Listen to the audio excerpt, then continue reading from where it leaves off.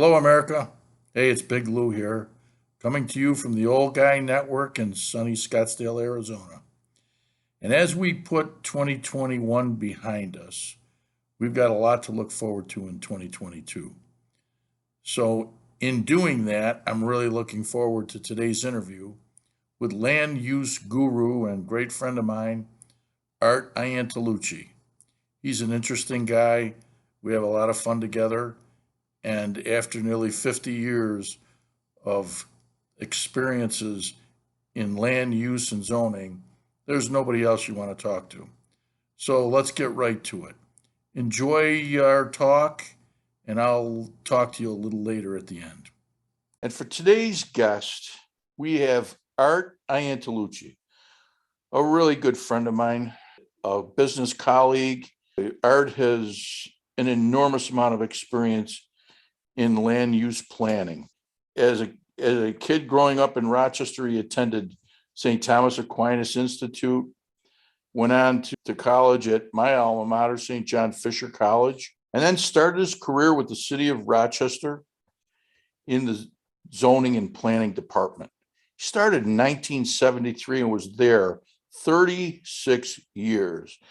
He elevated to eventually becoming the director of planning and zoning in the city of Rochester. If you wanted to get anything done in the city, you had to go to Art. From there, at his retirement, he decided that he couldn't really retire and went into consulting, and that was 12 years ago. He's done things all over the country in terms of land use, has an enormous amount of continuing education, everything from compliance, public safety at Rutgers University. He's been a volunteer with the Rochester Regional Community Design Center, the Villa Colombo Senior Housing Corporation, Bavona Child Advocacy Center, and he's been published over 12 times in various publications for land use.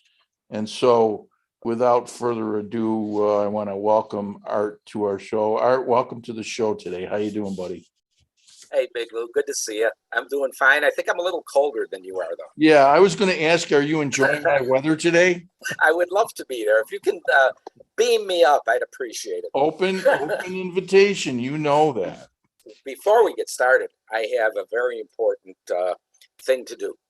Late Christmas present, but a good Christmas present for all of us in Western New York. And you know what I'm talking about. Oh, go Bills. Right? Did you see that ball game? They finally arrived. I think that's so happy. Anyway, amazing. Go Bills. You look good in a Buffalo hat, man.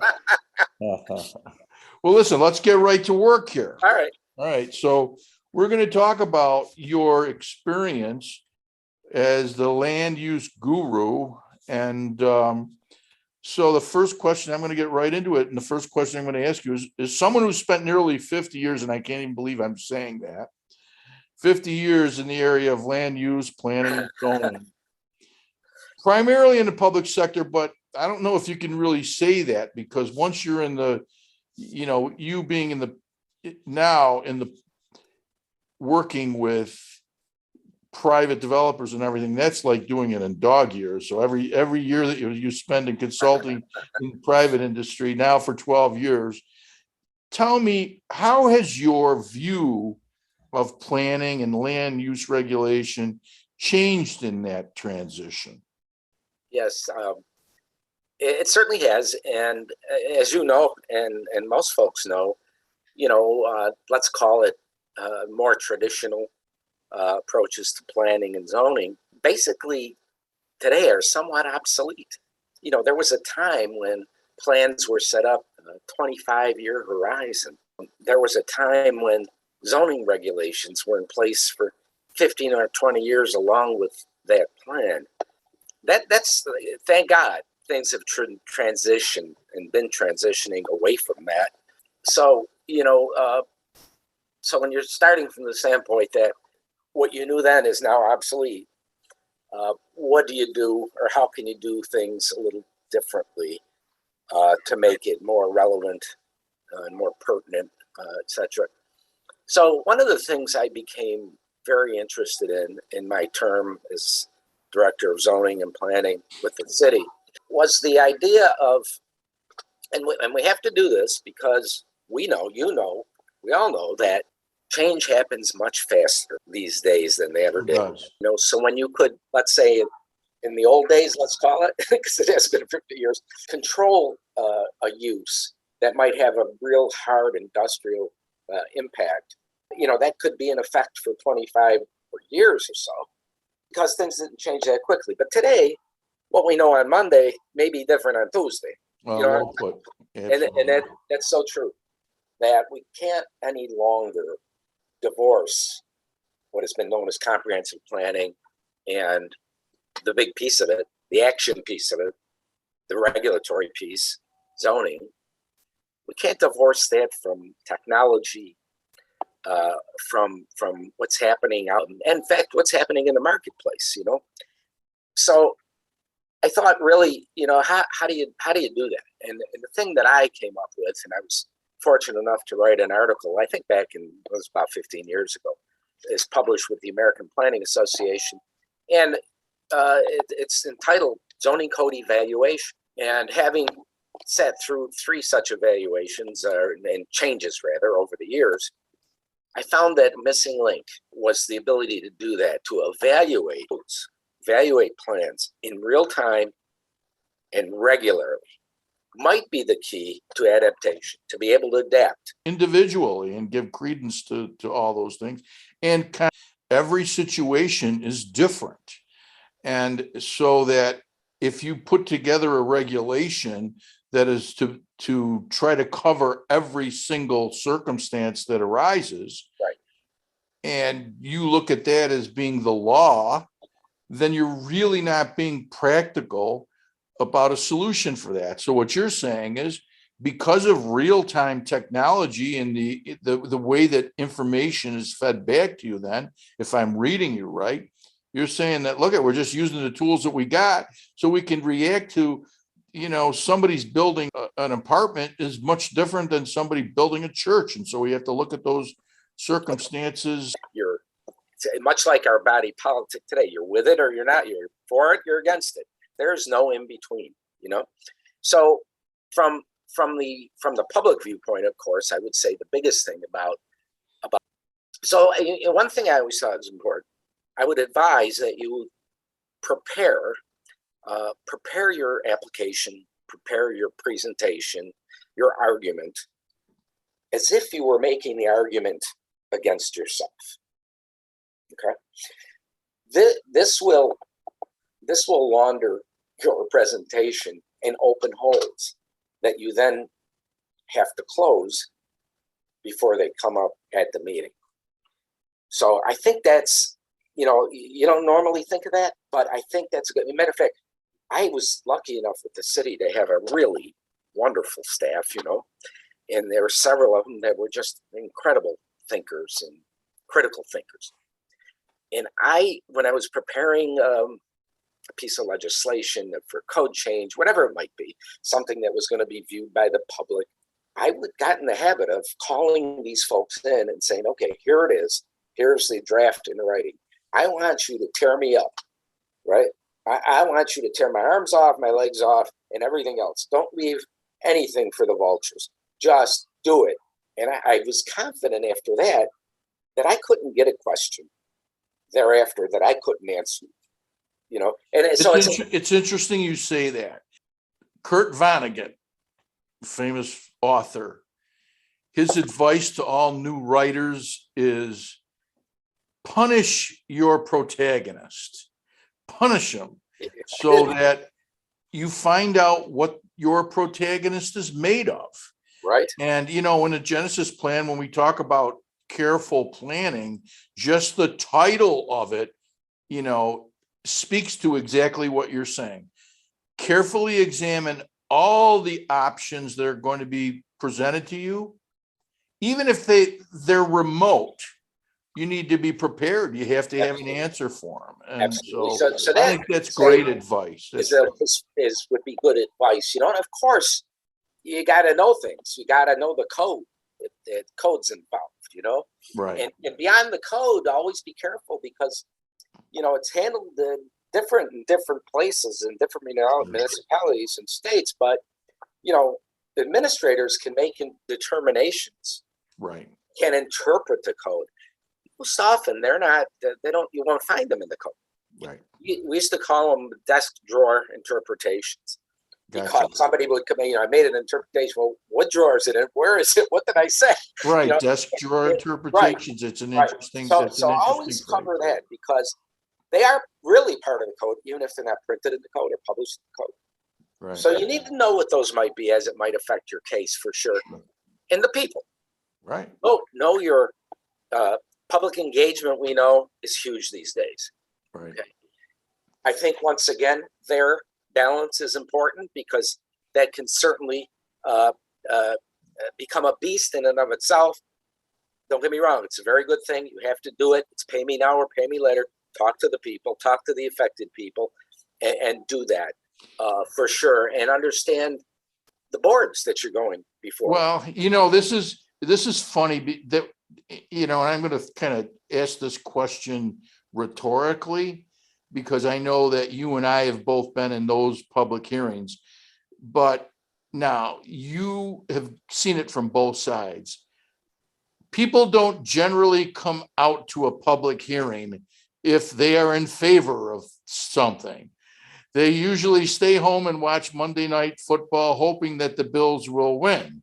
Human nature, right? It's human nature. You don't go out to anything unless you really hate it or you think you're going to hate it. So how do you deal with that? Knowing that your crowd is going to be over. Now, it doesn't matter whether you're representing government or whether you're representing the private developer. That public is different from you in both cases. Mm-hmm. So how do you deal with that crowd? Well, on the public side, obviously, it's part of the process, and you're more managing it than having to deal. Now, on the private side, it goes back to knowing the people, who's involved, what are their positions, what are their fears, what are their concerns. How have they acted in other cases like this? And you talk to them as early as you can. And you may not be able to talk to all of them. And there's always, you can strain out a few of the principles, whatever, and it'll get around. Well, there's always a leader of the pack, right? There's always a leader of the pack. So, everything we do is based on people, understanding people, right? So you have to understand what they're saying, not just have them say it and listen to it, but really hear it and understand it. Gotcha. And that's important, So well, that leads me to the next question, because now there's a lot of emphasis on environmental issues, and they're like part and parcel of planning and land use. And this is where the people really come out, right? I mean, so in your experience, how is this, I know it's impacted, but has it benefited the process? Has it been, hindering and problematic to the process? What's your take on the way the environmental issues are dealt with, particularly in New York, which is one of the most, I would say, stringent in terms of regulations in all the country? Yes, the little, as they call them, the little NEPA in New York is both procedural and substantive, So it's something that has to be dealt with in any case when you're trying to obtain entitlements that involve discretionary decision making. You can't get away from it. It's got to be done. And the most important thing, and I think it's been good. I think it's important to weigh the environment along with economic and social. That's fair. That should be part of the study, part of the decision making. There should be a weighing there. And like any tool, like any code, whatever, when it's taken to the extremes, it can become bad, right? It can become self-defeating. It can cost a lot of time and money and development. So again, it's essentially how it's used, you know. But what's the one that you said, you know what? If I'm really going to enjoy it, this is the cigar I'm going to smoke. Tell me what it is. I would pick the Santiago Aventura cigar. Okay.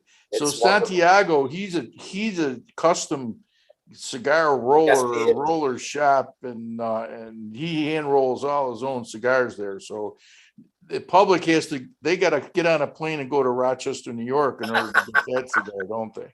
But they can still send them out to you. Yeah. Well, the other thing is, and this is kind of maybe a yes or no question, that would you agree that any land use professional that's making a presentation at a public hearing not make that presentation unless they've had at least 5 or 6 straight up whiskeys before they enter the room?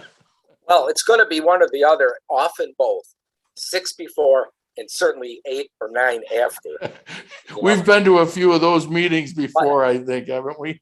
Lou, I know you love your cigars, and just in closing, real quick, cigars have led me to a better way of zoning and planning. How's that? This is how that is. So, it was maybe 15 years ago when I started really sort of getting into cigars and appreciating them. And there was a little cigar shop between where I was living then and my office downtown. And I went in there, and the cigars were wonderful. But what was more wonderful was the place, the people, the diversity, the real diversity of people in there, you know. And so one day I had a thought. I says, I'm going to proposing this amendment to a plan, whatever, I don't remember specifically. But I would bring those plans often into the cigar shop. And there beside me would be a dentist, a truck driver, a lawyer, a homeless person, and so on and so forth. And you wouldn't believe how instructive setting that plan and asking them, what do you folks think? And the wealth and the beauty of the feedback was better than you'd get in a college classroom. And so, my account never knew that was going on. And I felt a little guilty after, because they'd say, that's a great idea. I said, oh boy, I got that from the biker. Well, you know what, though? But it was wonderful. What you're saying is, this is what the general public needs to hear. We have these conversations about people screaming over inclusion, and and I want to tell our viewers that you corrected yourself when you said, "Hey guys," because there's a lot of women that join everybody. Yes, in the there cigar. are. Yes, they are. Out here, I go to a cigar bar, a couple of times a week, and there's just as many women in there. They may not all be smoking, Perdomos or something like that, right. but they are there. And you're right. It is I just emphasize that I am an old guy. Okay. Exactly. And it's a social thing. And just getting other people's perspectives on real life examples is what it's all about. And so, and if I could say that the basis of all planning, zoning, and land use are a couple, 2, 3 things. One is an understanding of human nature, and dosed with a little bit of common sense, and lots of focus on balance. Amen, brother. That's really what it's all about. So I want all our viewers to understand that I'm still trying to recruit Art to help me and assist and co-host in our program here. I'm sure you're going to enjoy the conversations that we have as much as we have here. So, Art, I want to thank you. This was a lot of fun. It was a good time. Always a pleasure talking with you. We got a bunch of things to do in the future. So enjoy my weather while you're at it. Okay. Thank you very much. I'll talk to you later. Thank you. Bye-bye. Bye. Thank you. Well, what an interview. What a great time. What a great conversation with a great guy. Art's amazing, isn't he? And a wealth of information. We're going to have him back again, definitely. I'm actually trying to get him to help co host this program with me, and I think that would be a lot of fun. So, anyway, if you enjoyed our conversation, you enjoyed the video, go to YouTube and subscribe to our channel and then share it with your friends. And as always, I'd like you all to join in our mission to make one person that you don't know smile every day. End of the story.